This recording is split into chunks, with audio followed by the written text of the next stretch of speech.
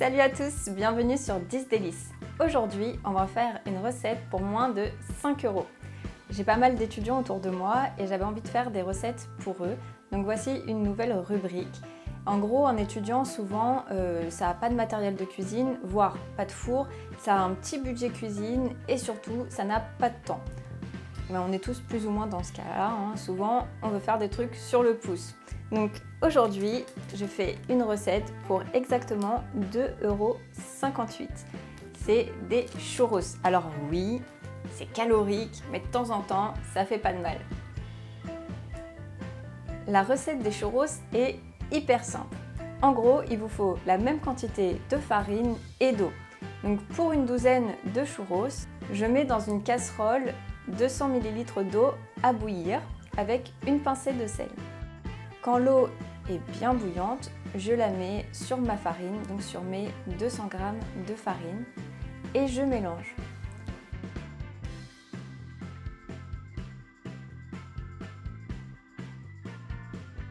Vous voyez la texture? Voilà, il faut que la pâte soit légèrement collante, mais pas trop liquide non plus. Je fais chauffer mon huile dans une poêle à bord haut sur feu moyen. Et pendant ce temps, je mets ma pâte dans mon appareil à churros. Si vous n'en avez pas, vous pouvez en trouver assez facilement dans les petits magasins de bric-à-brac ou sur internet. Ou encore, autre option, la poche à douille et la douille. Donc je vous conseille une douille ronde parce qu'avec la douille étoilée, c'est hyper galère.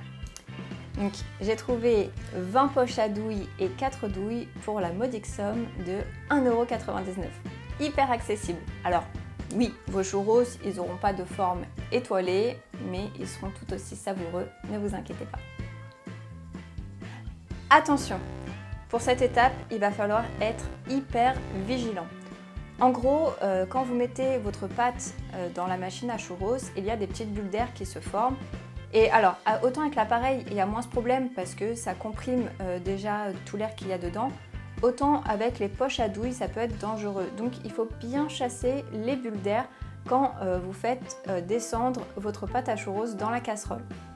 Personnellement, ça m'est jamais arrivé, ni avec les poches à douille, ni avec l'appareil à churros, mais j'ai lu pas mal d'articles sur ça, des gens brûlés au premier ou second degré, donc soyez hyper vigilants s'il vous plaît.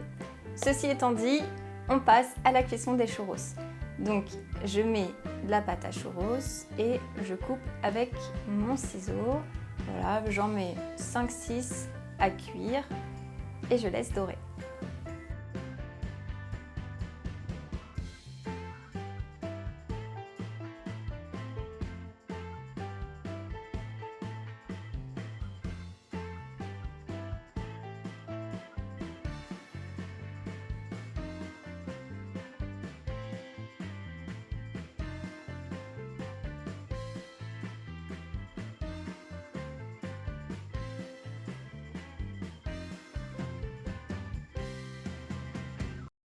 Le moment de la dégustation est arrivé.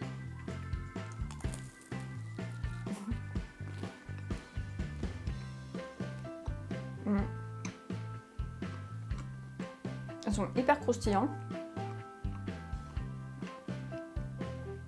Vous savez ce que ça me rappelle? Les jours de marché ou les bords de mer. Ah, moi, j'adore ça. Je pense qu'on a tous un souvenir avec les churros. D'ailleurs, si vous avez aimé cette recette, je vous invite à la liker, partager, commenter, enfin, tout ce que vous pouvez pour m'aider à me faire connaître. Je vous remercie. Et avant de vous quitter, vous êtes plutôt churros ou chichi? À très vite. Fais du bruit, non? Cléo? Cléo? On tourne. Tu fais du bruit. Il va falloir être très vite. Et j'en mets 5-6 à cuire. Il faut faire super attention. Il faut bien chasser l'air. C'est warning, genre oui, oui, oui, oui, oui, oui, oui, oui. Il faut faire hyper attention. Je fais le bruit.